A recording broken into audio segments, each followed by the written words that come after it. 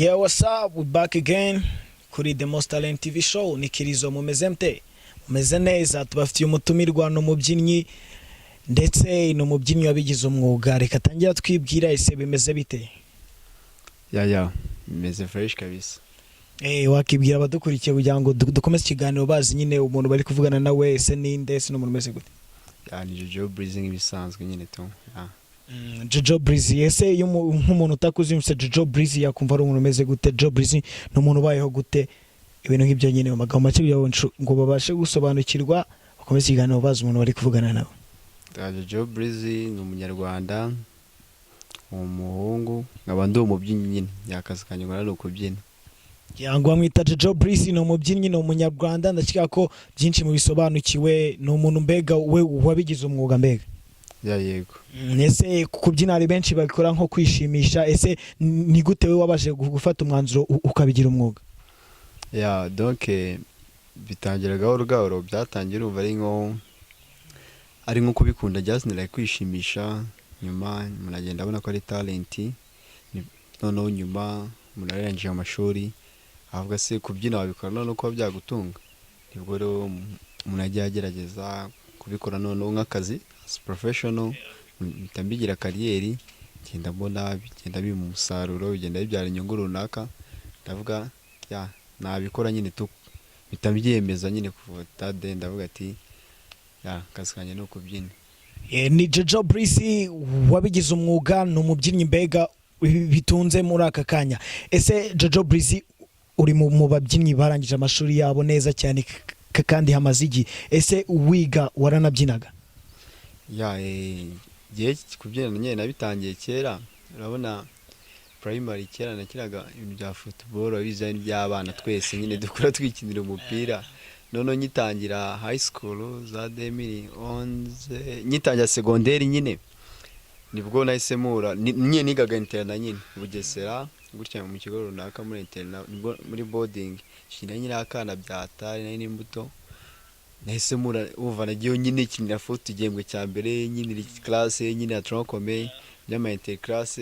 None after igembwe cya kabiri ara tipe babyinaga mu kigo, ara tipe y'Inyamirambo nyine uva n'Inyamirambo wabaye iki n'iki twanaga nyine muri abantu bazinu bya doro ama comportement twaraga mu cyumba kimwe nyine. Uva ngiye nari ndi umukinnyi, aba tipe bose ari ababyinnyi, ngiye nzari yambara jersey nkajya gukina, aba tipe hano bambaye neza ora mu repetition ko barabyinaga ngahora n'abakobwa, kandi ngiye kera natinyaga abakobwa ngira isoni byatari, nanga ibintu byo kujya mu ruhame nyine tu. Aba tipe nyine buriya baravuga ati bana n'umuntu cyane cyaye umuntu muri inshuti cyane nyine akenshi ugenda wigana imicanye igenda isa cyangwa imico igenda ihura. Nanjye bitangira kunjyamo nangira kumera nabo, nkazanja gukina nyine nkifunga, nkatangira gusiba ama match entraînement bajya mu repetition era kugira ngo repetition. Nanjye kugenda bivamo gahoro nkazanja kure ukuntu barepeta. Icyo gihe ntabwo nari nzi kubyina nyine byatari, nenze utuntu duke twatunda nozo babyinaga by'inzayirwa imwe by'abana byo muri quartier nyine byo kubyina mu rugo kera nyine abaga ari ibintu by'amakasete bagashyira indirimbo bagenda bagashyira kasete muri byabo, ntabwo ari byabo magneto ntabwo zikiba magneto twazitaga magneto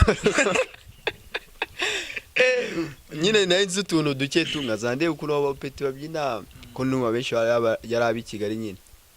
Nanjye nyine shiduka n'abasize ukuntu shidutse n'abagiyemo, nanjye najya kwitoza aho ngaho. None navuga ati kwintu byo kubyina bitabinyeye nanjye kubikunda mu rugo, mama tangiye kubibona ko natangiye kubikunda. Football shiduka naretse, kandi football nari ngeze kure, kinaga iyo nabaga naratashye nakinaga i Remera ikipe yitwaga Esperance, turamasa muri stade dufata abakinnyi amaboko. Iyo mba nyikina football ubu nari kuba ndi nko academy ka peri cyakare nyine tu, ndumva nahise mbivamo byo kubyina mbitangira gutyo, nkazana mbikora ku ishuri nkabyina mu bigo nko kwishimisha nyine gutyo no muri quartier sometimes. Noneho 2013 nibwo naje kubona group ina i Kigali, ngiri serious nangira ibyo kubyina nyine gutyo, nuko karere yanjye kubyina natangiye muri baki. Ese Jojo brizy ni muhe mwaka watangiye ibintu byo kubyina, ese ubimazemo imyaka ingahe? Ngiye navuga neza ko natangiye kubyina 2011. Shize imyaka 10. bigaragara ko ari wumvishe ko ubigiyemo neza. ubwo nabitangiye nyine tumitaho ati ngo mbaye umubyinnyi nyine urumva no mwaka nurangira imyaka 10 zaba yuzuye byo kubyina mbikora nyine 2011 nibwo nabitangiye nyine as fan nyine nko kubikunda 2012 mbona ko ari talent yanjye ko nabikomeza 2013 nanjye kubona groupe kubyina nyine na 2014 nanjye kujya mu groupe ukomeye 2015 gutyo na gatandatu na 2016 nibwo nanje secondaire ngiye nyine yaniga muri apad ndangije 2017 nibwo nahise njya muri groupe yitwa Finest nanjye kujya mu mavida y'abanzi make mu bitaramo byo kubyina gutya runaka nibwo natangiye gukora ku mafaranga yo kubyina navuga ko ngiye ni nabwo mbara ibyo byakira sinkunda kwibara cyane ngiye mbara ko natangiye kubyina 2016 kuko nibwo natangiye gukora amafaranga 2018 9 paka naho nyine yani ubwo navuga ko kubyina none nabigize serious ndabangiye kubikora nk'ibintu binunga nk'uko umuntu abyuka mu gitondo akavuga ati ngiye mu kazi gukora ya ese Jojo Brizy watangiye kubyina 2016 niho watangiye kwikora nk'ari akazi nibwo watangiye gufata amafaranga yo kubyina ese umubyeyi wawe akimara kubona ko ubyina akimara kumenya kubyina yabaje kubyakira gute ko ababyeyi benshi babyumvishe iyo babimenye ko nabo babyina ntago babyakira neza kuruta uko bakumva ko bari muri football kabyinnyi benshi babumva ngo umubyinnyi ni umuntu nyine ufite imico itari myiza ese we akimara kubyumva yabyakiriye gute ya donc urabona kiragena n'amafaranga menshi yabaga buriya nyine ibintu by'ababyinnyi nyine baravunika no bantu ba mbere bavunika nabyinnyi wenda niko abantu bari nyuma y'igikari batabimenya ariko nyine biravuna rero urwo rugendo nagire muri Troncome ina Kigali kujya mu groupe menshi najyaga muri groupe imwe nkajya mu yindi atari wango nukujarajara cyane cyangwa icyabwo nkajya muri bamwe nkabona ni triguzo nkajya abandi nkabona ko ngiye ndakundaga kubyina nafite inyota kucyo gerabyinaga ariko naza ama style menshi nafite inyota yo kumenya kubyina cyane nka umubyinnyi ukomeye nyine nshana kumenyekana kandi kera ama groupe yari menshi nabyine benshi kugafata byabaga bigoye kuva abandi batipe kiragiye baragezweho benshi kugafata byabaga bikomeye ko ama groupe ari menshi abyinyi barakoraga sinko ubu usanga ngo bakora abantu bangaye kera nyine kubyina byari bikunzwe cyane n'unyebe cyakunzwe ariko like nk'ababikora nibo bagabanyitse ukuntu cyajya amafaranga yabonekaga gake naho twajya kubyina akatwambura ari naho twajya kubyina mu bigo kugira ngo abana batubone rero ku babyeyi ntabwo kiragiye babyumvaga ko ntabwo byanyinjirizaga cyane batangiye kubyumva nko guhera za 2018 munatangiye kubona utwo dufaranga duke dufatika nyine batangiye kubona ko bya bintu yamukubyina ushaka gukuramo wakwigura ipantaro wakuramo iki ariko from now amafaranga araboneka agaragara kandi bizakomeza bize tu Jojo Brizy umubyeyi abyakiriye neza bimenye ese Jojo Brizy iyo atarimo arabyina iyo atarimo mbega atari muri practice atari kuri stage atari mbega mu bintu bya showbiz bya entertainment byo kubyina Jojo Brizy ni umuntu umeze gute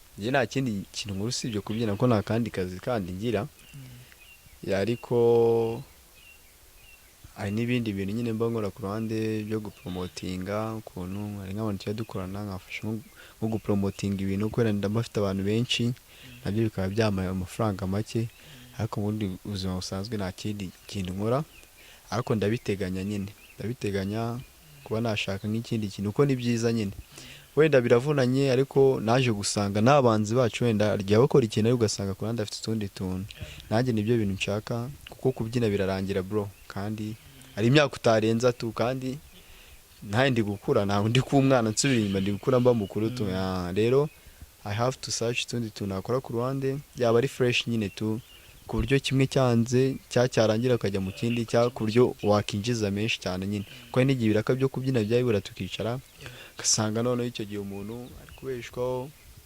n'utundi tuntu nyine Jojo Brizy ni umuntu utunzwe no kubyina nta kindi kintu arapanga gukora mu gihe cyose amaze abyina ese Jojo Brizy nk'ubu ngubu uba wumva ari ryari uzarekera kubyina ukagati ndahagaritse kubyina ikibazo rero ntabwo cyoroshye pe buriya abantu b'ababyinnyi cyangwa wabayeho umubyinnyi cyangwa umubyinnyi wese nyine arabizi tu kubyina kuririmba gukina football ibintu byose bya entertainment nyine cyane cyane nko muri showbiz gutya turimo kubyina ni nka drugs nyine, nka kuri umuntu wagenda akajya akankura umugi akaba yakitera urushinge akanywa bya cocaine. Kubyina nabyo nyine ni drugs nyine, iyo bigiye murabikunda ukabikora kuva nta kindi kintu wakora. Ngiye nk'ubu nizera ntabwo ndi umusore mubi kandi mfite na diplome yanjye, ntabwo nabura akazi, najya mu mujyi ngashaka n'akazi, sinabura na service, sinabura nakora muri market. Ariko kubyina ni ko umuntu abikunda. Rero kubyina ni nka drugs, iyo umuntu yabigiyemo yumva atabireka. Niyo waba utabona amafaranga ko n'abanyeshuri batababona ibyo biraka cyangwa iki, ariko yabigiyemo yumva atabireka nyine. Ngiye rero sinavuga ngo igihe runako umuntu arapanga, Imana igapanga na Satani agapanga tu. Rero ntabwo ngiye ngunda kuvuga ati ngo nzabyina imyaka 5 cyangwa iki.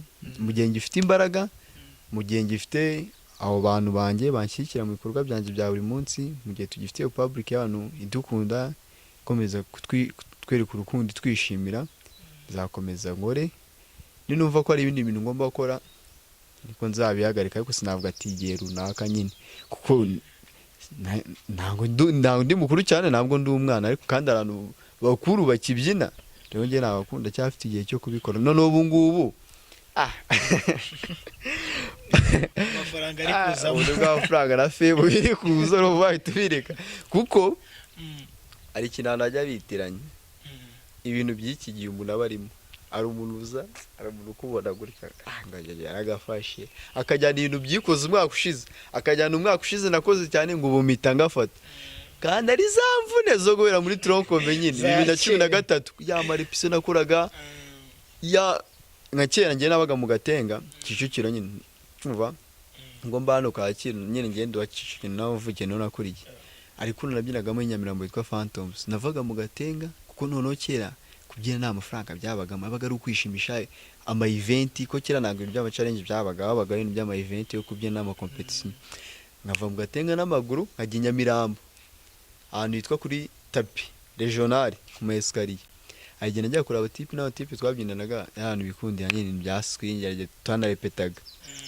Agenda ageraga ngasanga nibaje cyangwa ajya nturepete, nkongera ngatana amaguru nijoro nka saa 12 cyangwa saa 1 ngasubira mu Gatenga. Buri munsi turi kwitegura event runaka n'amaguru. Kugiye kera nose umuntu yagendaga n'amaguru, urabizi ko nabyinya akunda gutigita, nijya bafite itike akigenda n'amaguru akayirya nyine. Uvuze izo haso zose, ayo majoro umuntu aba yararaye, iyo public umuntu aba yagiye akora gake, ko ibintu byose bitangira gake. Nta mwana uvuka ngo izini ngome.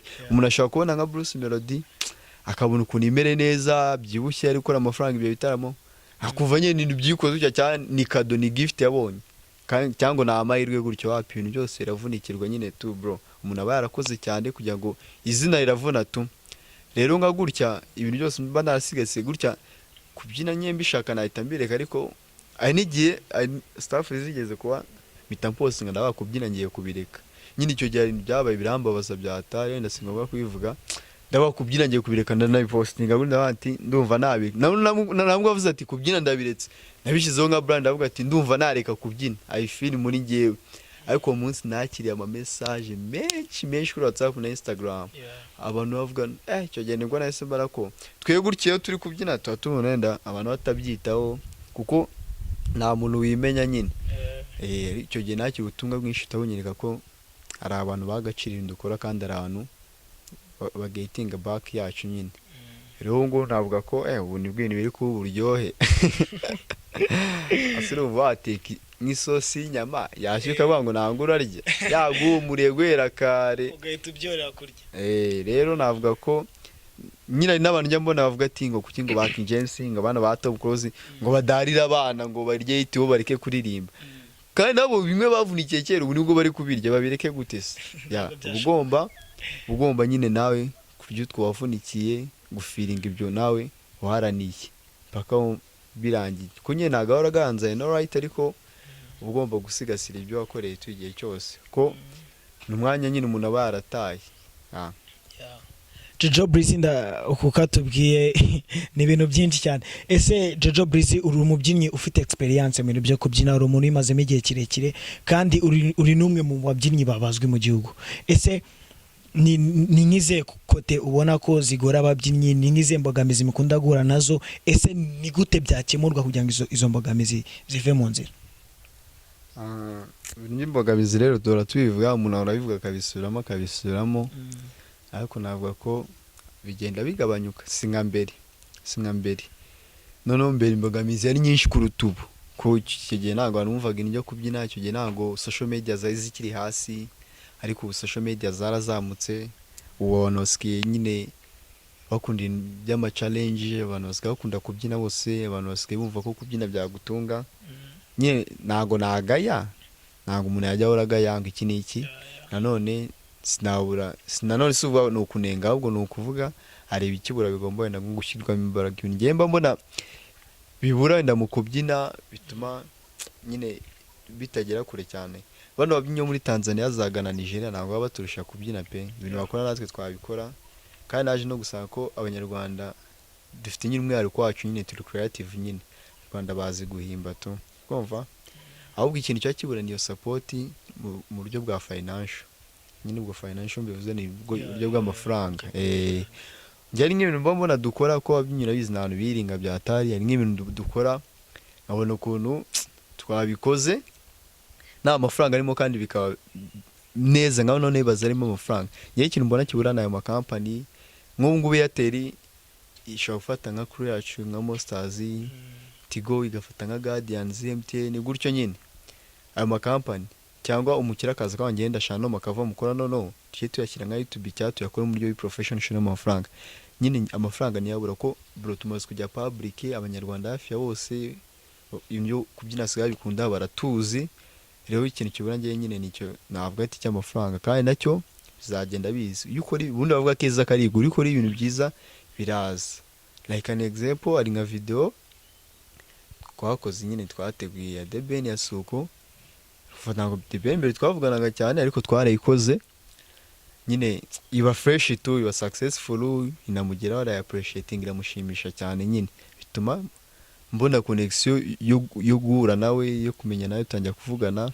Even niba nkore The Ben twagurutyo na Diamond kuri atumukora cyane na Bruce Melody n'abandi, tuzagenda dura gahoro gahoro kuko umuntu mukore ibintu byiza ya igihe kiragera nyine tu mugahura ibintu mukabishyira mu mishinga. Kandi yaranshimiye kandi yananshimisha byatari, urumva nk'ubu niba narakoraga ibintu bye nta mafaranga ari mu ngo, niba nzambikora wenda mu twa dufaranga twe kwitegura gusa dukora none ibintu biri international, turongoreka dukore ngo ibintu bigarukiye mu Rwanda, dukora ibintu none bijya ku rwego rwa Afrika, ko natwe turasha dance yacu kwiteza, natwe nyine tumire nk'arabyinnyi bo muri Nigeria, bo muri Ghana, tumenyekane cyane. Ya ngwenda dusa nkaho turimo turagira ku musozo Jojo Brizy, mbega ugerangije nko kwijana bya success ushaka ni nka kangahe wumva umaze kugeraho? Ngenda cyakora inga 40, nanone sinakishyira hasi ko umuntu aba yarakoze ibintu byinshi cyane, kandi ngewe nyine sinjya ndebaho navuye cyane, ahubwo ngiye ndebaho ndi kugana nyine inga 40%, kandi umuntu azakomeza akora ibintu byiza mu gihe umuntu akiri muzima, mu gihe agifite imbaraga, agifite iyo popularity, umuntu agomba gukora cyane nyine tu, umuntu acyakora ari ibintu mba nariyemeje nyine tu, aba secrets zanjye, ariko mu gihe narabigeraho sinavuga ko nagezeyo nyine, n'umuntu wagezeyo aba yumva ataragerayo nyine niba bashaka gusubirayo. Mbega we wasetinze amagorzi? Rero nagiye nakivingamo make, ndi kugenda nyakivingaho aratarajya, mu gihe atarajya sinareka kubyina. Ariko nyagezo nakituriza nka nashaka n'abandi bantu nakoresha, ugashaka bufasha. Ariko mu gihe bitarajyaho sinabireka. Jojo Brizy uri umubyinnyi ukurikiranwa cyane, ufite benshi bagukurikirana hirya no hino. Ese ndabizi ko hari abana bashaka kuba bicara bakavuga ati wangeza nkara Jojo Brizy ari, mbega bakavuga se yaranje byashoboka ko magira, ni nkiye nama wagira abantu mbega bakiri hasi no bataragira aho ugeze, kugira ngo nabo bumve ko dance shobora kuba yabatunga? Icyo nababwira nyine muri make ni ugukora cyane, kudacika intege, kutarebera ku bandi, ko ari igihe uri kumwe na mugenzi wawe agacika intege, ariko ni ugukora cyane, gukunda ibyo ukora nyine, kugafata biravuna tu, gafata biravuna, ari strategy nyinshi umuntu agenda akora, ariko ngiye mpamya ko ari na petition bajya bamamagara, bajya banyandikira za Instagram ngo tubabare guduposting ngo wenda ngo turabona aba followers bawe bakuvuyo, nawe se petit cyo kugushyira ukaba wanarebwa n'abantu 1000 cyangwa 2000, ariko se umuntu ajya guforinga atakwishimiye cyangwa undi ari guforinga n'itegeko, aho ngamubwira ati wowe kora cyane, ukora ibintu byiza abantu bazizana. Ngiye mpamya ko gukora cyane, kudacika intege no kwihangana, ngiye nizo kesha tunagendeye muri uko kubyina, kwihangana, gukora cyane no kudacika intege. Ibyo bintu bitumye Jojo Brizy now meze gutya, mfite naho ngeze nyine. Rero nababwira ati bakore cyane kandi ntibacike intege, kuko ibintu byose birashoboka. Nanjye kera bavuga bagezweho nkabareba nkanifotozanya nabo kugira nanjye ndyaga hit, numva nyine bitabaho nyine. Ariko ubu ngubu nibo banyandikira bavuga ati courage bro, courage kabisa uri mu kazi. Ya icyo cyita gikoreka ko muri ino si byose birashoboka, nta gucika intege nyine tu. Ya Jojo Brizy urakoze kubugira inama, kandi reka wenda twigire nko hanze ibintu byo kubyirangira utubazo tumwe mwibariza duke. Ese Jojo Brizy ukiga muri high school ni nkiye ko tegeze kubaho bwa mbere kumva wo ava no mu ishuri ukiga mu mashuri ya secondaire, ni nkiye ko tegeze kubaho nyine ukumva wana kumva ishuri waba wihaga konjo gake koto nziza cyangwa mbi, ko burana koto ziratandukanye. Hari igihe ukotora nyine byaguye ikintu runaka, n'igihe ukotora ukaba waraburiza nyine. Oya ukaraburiza nyine yakana takibagirwa. Sinzi impamvu ari byo najya nibagirwa. Aba ari byinshi ko muri internet n'abantu babo dukoryo twinshi, n'abantu baba ibintu by'ubugoryi byinshi. Ariko akana takibagirwa, niga mu wa mbere secondaire igihembwe cya kabiri, ari umukobwa twiganaga Shanizi nari ndabyibuka yitwa Diane, ubu turavugana nyine. Ariko umuntu aba yabanyanda barenza, ntabwo tuvugana ibintu byinshi nyine. Nari naramukuze igihembwe cya mbere ko nono muri class ari ukuntu intebe twicaraga turebana, tukicara hano n'abandi bicara hariya turebana gutya nyine. Subize byo mu high school. Rero nawe yicara nko mujyane, nari naramukuze igihembwe cya mbere, ariko urumva ntabwo ahita umubwira uranze ukamwigaho, twari tukina apeti byatari. Igihembwe cya kabiri naje nawe narasaze vuga ati naje naravanye imyuka kegeye vuga ati ngomba kumubwira ijambo wa mugani wa King James nura rutayivuze byanga, ariko nabivuze nyenduke. None icyo gihe urumva ari ibintu byabagongo byo gutuma nyine ukagenda ugafunga inguni bakamukuzana. Urumva ngiye ntabwo nari kugenda muzana tipe wanjye yitwa Amini, yisha warabyibuka nyine. Amini n'undi peti witwaga Deo, n'undi yitwa Iva Washington twiganaga mu wa mbere, uwo yitwa Amini nyine. Nibara ntabwo mbyibuka fresh, umwe muri abo yaragera mu nzane, yanagiye gutya mu kuri block ya Troisième, mutwe twavuye mu wa mbere, negereje umukobwa ze nyine. None ikintu gisekeje nari navuze ndamubwira byinshi, nawe ariko nshaka kubyibagirwa, mfata agapapuro ndacyandika. Bigiye none ari mutegereje nkazajya mbisoma, wenda navuze ndakamuha, ariko ndavuga reka n'ubugoryi ndabimubwira nkazambire peta, nubwo ati nazo ndahita ngatsimba kugira nabyibagirwa nyine nabiborotse. Noneho umukobwa baragendera muzana ko ari ukuntu twaryaga turangije etide nyine, twaheza kurya tukagaruka muri etide ya kabiri nyine. Ariko yabaga ari iminota mike cyane, yabaga no kwiryoherezamo nyine, akundanaga akavugana byo guciringa. Noneho sinzi ukuntu narebye gutya narungurutse, mbona cyagiye njyewe numvaga ari nyine namukunda kandi ashaka kwimbwa, ariko njye numvaga watipe ari blague batamuzana. Nanone nkumva arabakatira, wenda akavuga reka nsanga hano, kuko urabizi muri internet hano wabiryanaho nyine. Suku narungurutse mbona wamujya baramuzanye, noneho inyuma ari laboratoire mpita nirukaga. Ubwo burandenga mpita nguruka, mpita ndenga umutipe aje arambura, uri kumva. Noneho ambuze ndagenda nirukanse nkasenda, ariko bino bintu ubugoryi ntabwo ndabakiri, ndigarura. Wenda bagira ngo wenda avuye kujya ndigarura, mbona bagazara mpita nza ndiseri, ndabeshye ngo nari ngiye hari inyuma gato. Mbe baratungurwa risetsa, abona turigana, abona dora tuvugana, simuje kucyo ataje kunyira kucyo atarimwe muri class, araseka nyine.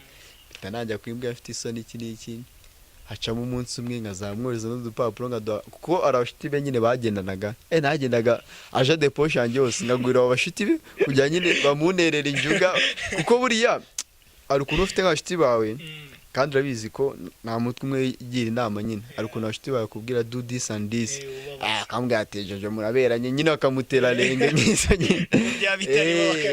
Kumva umwana nyine yashiyemo nk'icyumweru avuga ati reka banza bitekerezo, baransubiza aremera turakundana, ariko nyine twakundanaga nk'iby'abana ntaki. Ako kantu ko kanatakibagirwa muri turokome nyine. Ese Jojo Brizy nk'ubu ngubu Jojo Brizy wenda simbikwifuriza aramutse ageze nk'ibyaga gapfa, n'abakobwa bangahe basigara ari single? Bahita basingo nona. Aha, shanana.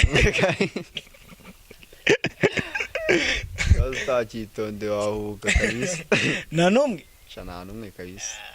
Yewe ufite umukobwa umwe dukundana nyine, ufite girlfriend, ariko nyine sinamutangaza, ntabwo nyine ngiye nkunda, nabikoraga kera nyine ariko ntabwo mbikunda gupostinga abakobwa dukundana ko abantu benshi batamujya kubera njye bafite abantu benshi nawe batatangira kumustokinga bla bla bla amagambo nyine njye n'urugero njya nanga cyane njya muha nayo nyine cyiza ni ko aba proud yanjye akanabyumva akanabyishimira nyine akumva ko tutabicya public kumva ko ari umukobwa mukundana ashaka fame akabajije na postinga ndabona abantu cy'abantu bose aramenya ariko njye mba shaka ko agira amahoro na stress nyine wabona njya mutangaza urugero reba nk'iriyanza reba ari aboro sibyo reba iriyanzu nyine kuri ari idirishya iyo unyuze hano suhita uhitegereza kuki se wareba nuko nshaka kumenya ngo bameze gute oya uzikereza uragita uyitegereza ndi kwa rwo bururimo iriya dirishya kwa nta kintu kirimo imbere hameze ute tureke n'ibyo gukorera tubona ko hatuzuye nyine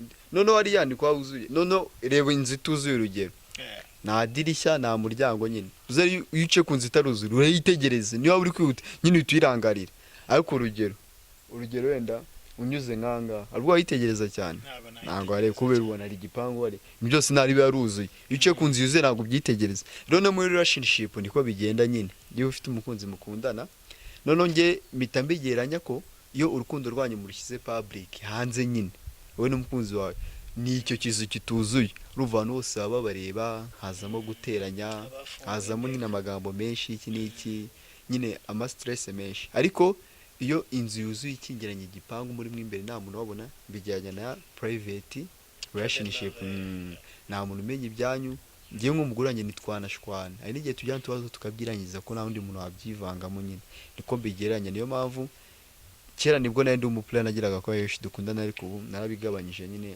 ntabwo ibintu by'abakobwa njyamo cyane ubu ngubu ndi gushaka amafaranga Jojo Brizy urakoze murakoze namwe turashimiye cyane abakurikiye ikiganiro cyacu televiziyo ni The Most Talent TV show mukomeze mukurikire mukore subscribe nyamakuru ya Ndikirizo turi kumwe na Brizy dance watch out.